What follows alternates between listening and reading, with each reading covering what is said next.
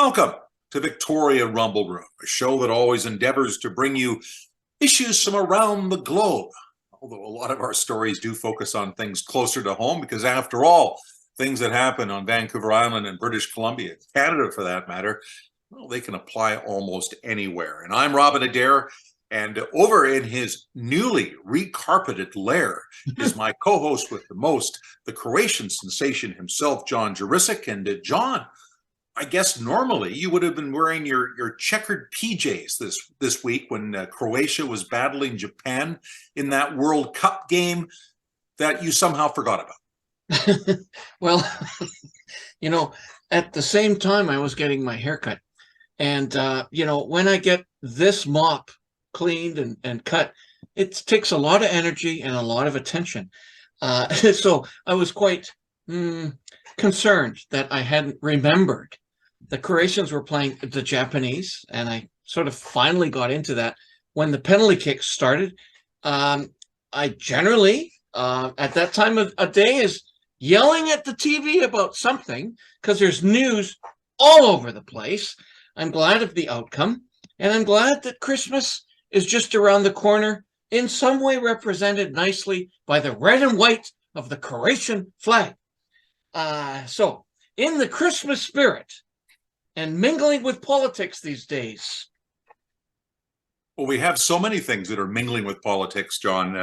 A case in point, of course, the ongoing battle in the Ukraine, which is such a concern, and so many people are hoping that this terrible conflict comes to an end soon.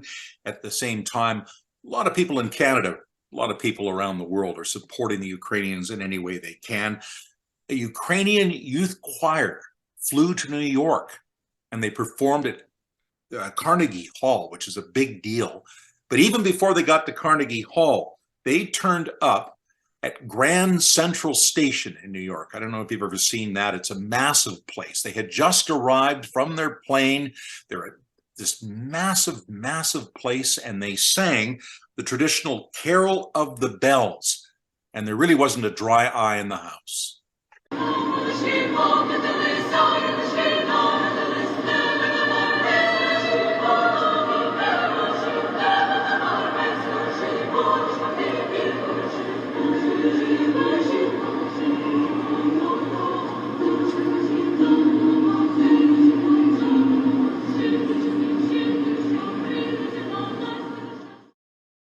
Such beauty at the same time as such sorrow and violence.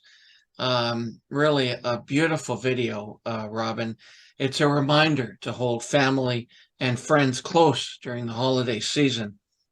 And if you're holding them close, as I think we all are, be careful about sickness. Be careful you don't give them the flu.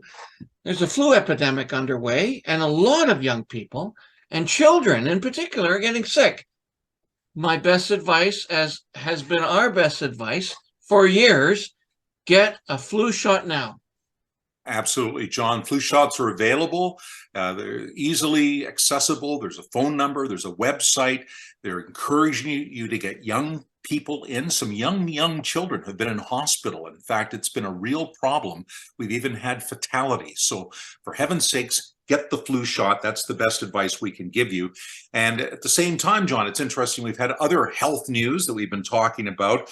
A lot of stories around the doctor shortage and the response by the new premier of the province, David Eby, about doing something about this doctor shortage. He has spoken now about bringing foreign doctors into the fold at long last, and also doctors who have been trained in U.S. medical schools.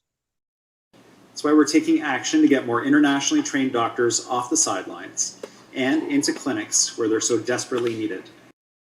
Robin, it's always amazing. I've been doing podcasts for the better part of 6 or 7 years.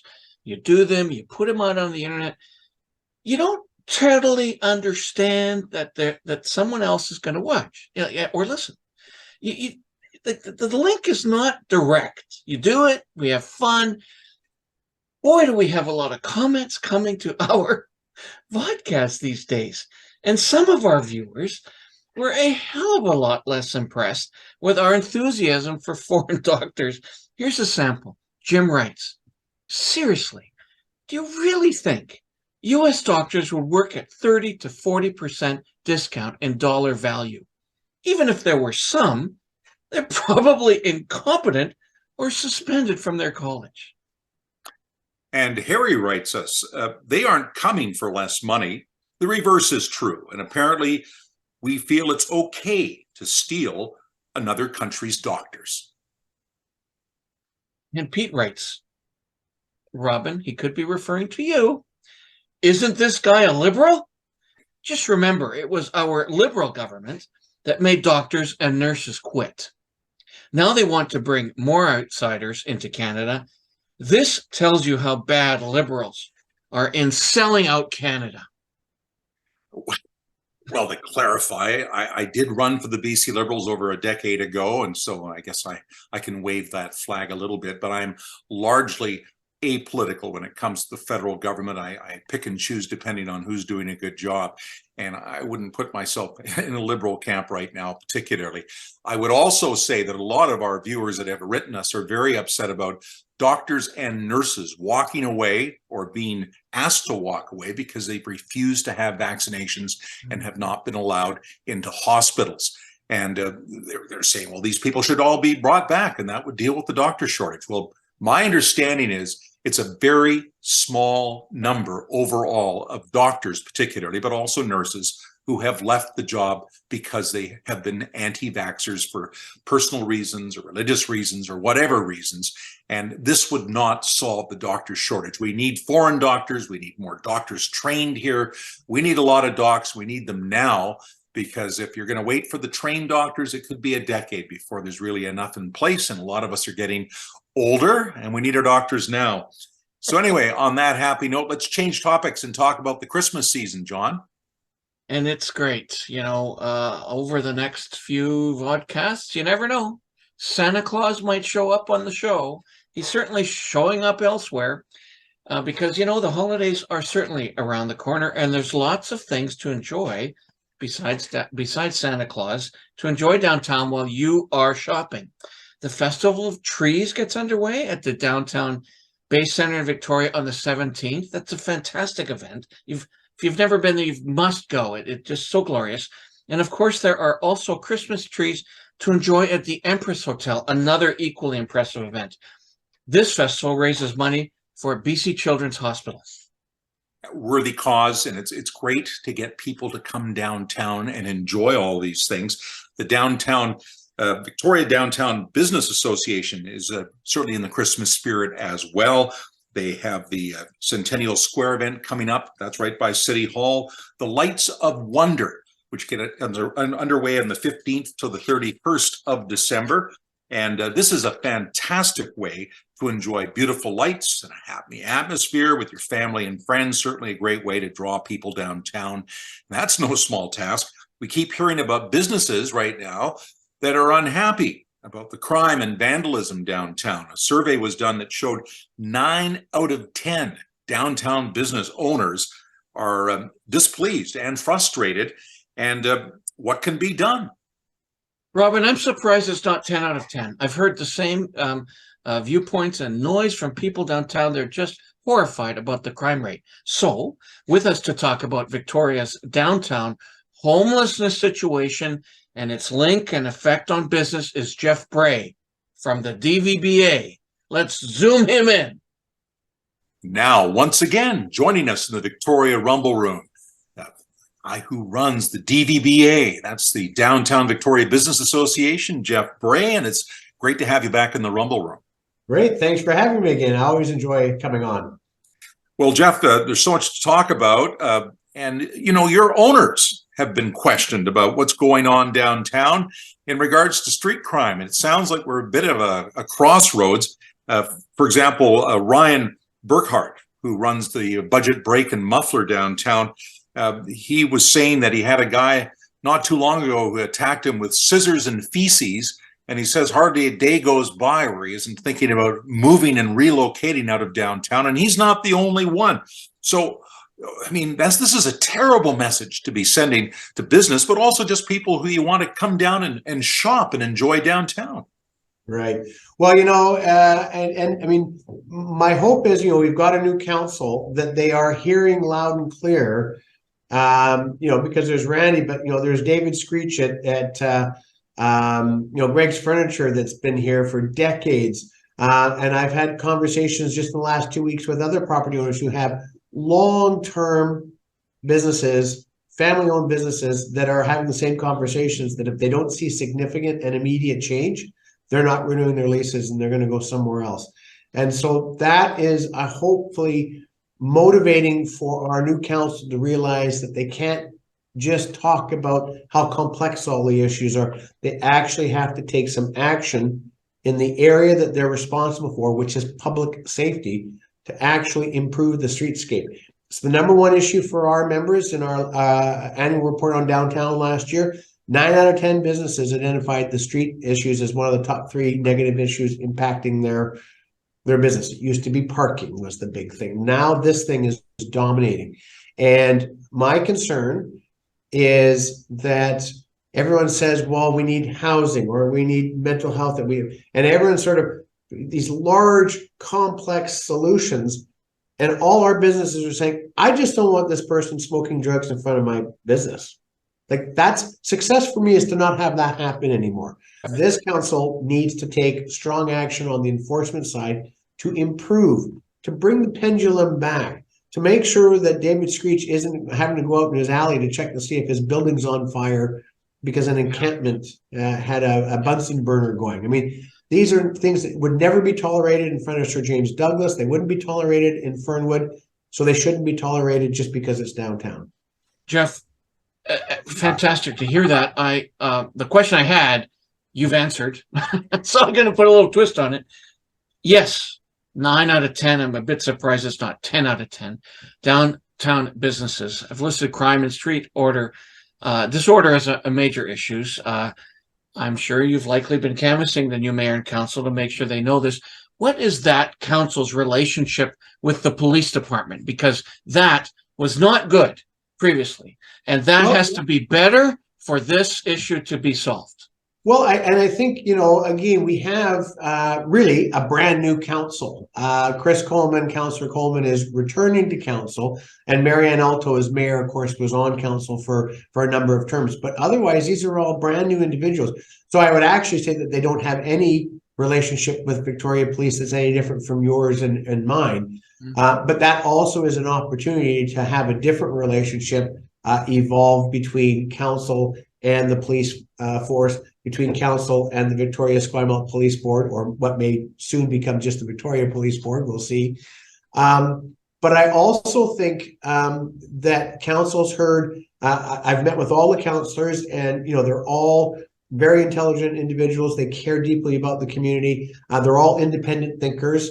So I'm very encouraged that what they've almost all told me to a person is that the street issues is pretty much the number one thing they heard on the doorstep during the campaign.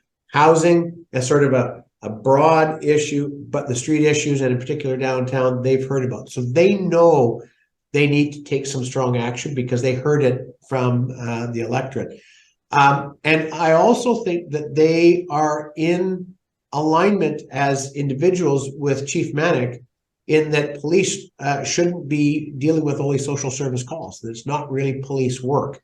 And that the province really needs to be stepping up with proper services. So I think there's a lot of synergy there, but I think it's going to take some time for this council to understand its role, understand, kind of how it can change the attitude, bring the pendulum back. But I have said, and we have advocated very, very strongly, that the biggest thing that they can do is actually show support for our frontline staff who deal with this 24/7. And we ask them to do a job. They deserve our support. They deserve council support. And ultimately, if we can get more resources from the province, police can do police work and the province can do provincial work. Right on. Jeff, you and I both attended the Salvation Army event not too long ago at the Empress Hotel, and the Salvation Army does a fantastic job of integrating their services. Somebody can go in there, whether they're an addict or they have an alcohol problem. There's a bed for them. There's treatment for them. There's a counseling for them.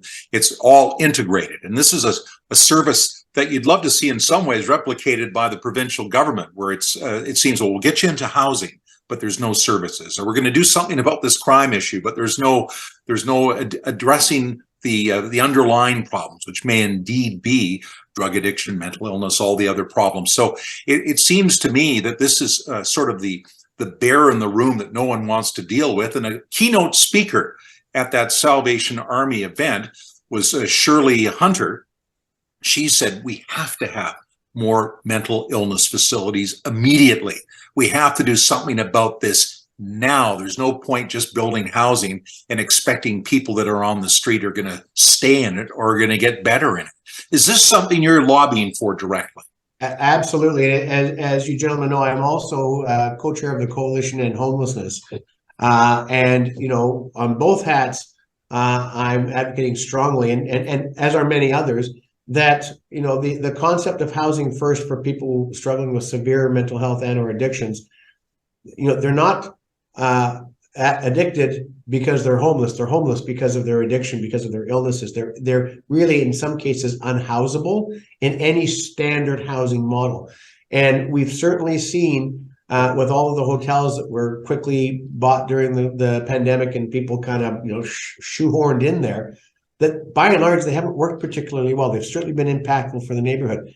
And you mentioned the Salvation Army. The Salvation Army has operated their facility at the base of Yates and Wharf Street for 45 years. But the difference is the housing and the supportive housing that's been provided by the province is what's termed low barrier, which means no matter where you're at, you are going to be in this facility. So if you're an untreated schizophrenic, you're in this facility. If you're a meth addict, you're in this facility. And we're going to meet you where you're at, is the saying. The Salvation Army is an abstinence model. There's drug and alcohol counseling, there's all sorts of services, but you cannot use in the facility. If you do, you're out. And so that's the difference, why that facility has operated, you know, in the heart of our downtown without any issues, been a good neighbor, and the others that sort of anything goes. And I think what our members are saying is there is increasingly a sense of lawlessness, that behaviors that no one would have tolerated 10, 12 years ago have become normalized now. And this is why I keep using the term bringing the pendulum back to the middle, is to say, you know what? We can all agree that there are certain behaviors that are not acceptable. And it's the behaviors that we're going to be dealing with. The Premier was on CFAX a couple of weeks ago, and he made a very interesting comment that I thought resonated and would resonate with a lot of our members. He said, we understand that individuals have, you know, challenges and complex needs, and we can also be compassionate as humans about that, but that doesn't mean we need to tolerate violence. And that's the attitude change we'd be looking for from council. You can be compassionate, you can understand the challenges, doesn't mean you have to accept certain behaviors that have an ill effect on residents, businesses, and for a lot of our members, it's the impact on their staff. You know, if you're a young person and your job at the start of the day is to clean human biohazards out of the front door, and you're making 18 bucks an hour trying to pay your way through college, or you're closing up the shop on a dark February night and you've got 3 people smoking meth in front of your business, or worse, in the back alley where you're locking up, you don't feel safe. Jeff, we've had a changing of the guard recently in the municipal elections in 2 of BC's largest cities.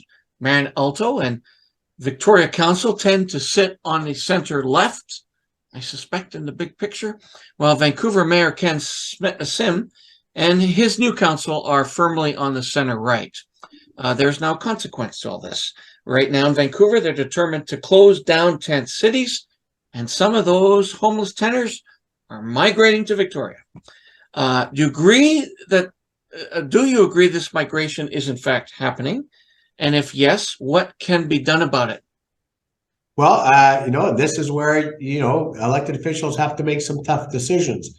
We do know that when the fire marshal closed down the encampments on East Hastings, that there was a significant jump in people accessing services within a couple of days on Pandora, at our place, and others. As a result of that, we also saw some violence and turf wars between those that have been there for some weeks or months and this new group that have shown up and are trying to establish turf. As long as we have all the services in a 5-block square radius of downtown, it will never look any different because the needs follow the services. To be blunt, the individuals who may end up coming over here from Vancouver, they're not going to View Royal. You know, they're not going to Colwood. They're all coming to Pandora. They're all coming right downtown. And we as a city can either say, oh my gosh, we need more money to provide more services, or we can literally say, yeah, can't come here. We're full. We're going to look after our own. And again, we're not used to that here. It even says it's even uncomfortable for me to say it.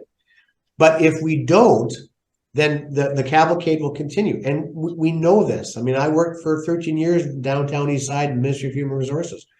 We know that the needs follow the services. We need to decentralize the services as we decentralize the housing. It's not that the services aren't needed, but the impact of serving 300 drug addicts versus the impact of in a good small facility serving 20 drug addicts is hugely different. But that also means that Victoria has to stop putting its hand up every time there's someone says we need to provide more housing. We'll do it. So, Jeff, this has been kind of dire and sad, and I think it's important that we talk about it, but we don't want to lose the fact that it's Christmas season. This is a great time for business people usually in downtown. It's a bountiful time. You feel like more people are out shopping. The darkness of COVID seems to be lifting. What's your read on the downtown atmosphere? How is business? Are things actually bad or good, despite what we've just been talking about with street? Despite the topic, for when we're talking about business performance, for most of our downtown businesses, it's been a stellar year. Some of our businesses are reporting, sales at better than pre-COVID rates. And if we recall, prior to COVID, we were having, in some cases, double-digit growth year over year for several years. So downtown's doing very well, notwithstanding these challenges. But there's a lot of talk and excitement this year. Holiday parties are back. Office parties are back. Staff parties are back. And certainly, we were at the luncheon at the Empress, and it was they sold more tickets this year than last year. It was great to see everyone in person.